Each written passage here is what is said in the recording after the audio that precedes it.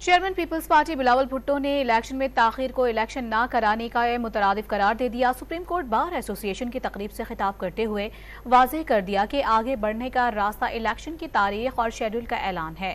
P D M اتحاد میں شامل ہونے کی وجہ کو اتفاق رائے کی سوچ قرار دیا۔ واضح کیا کہ پی ڈی ایم اتحاد کا حصہ بن کر ساری برائیوں کو درست کرنا تھا، ووٹ کو عزت دلوانی تھی، غیر جمہوری طاقتوں کو دکھانا تھا کہ کیسے مخالفین مل کر حکومت قائم کرتے ہیں۔ Elections delayed or elections denied. The only path forward is for the Election Commission of Pakistan to immediately release the date of the election and the schedule of the election. Consensus ہی سوچ تھا جس کی وجہ سے ہم نے P D M کے ساتھ دیا، جس کی وجہ سے ہمیں وزیر بنا کہ ہم نے تو سارے جو پرانے برائیاں تھے ان کو درست کرنے تھے،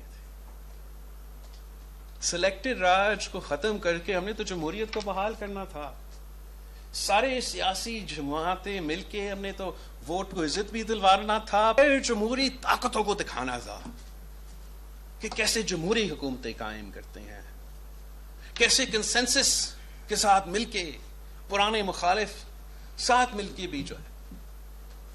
اگر اس ایکسپیرینس کے بعد اب مجھے پتہ چلا ہے کہ the road to hell is paved with the best intentions.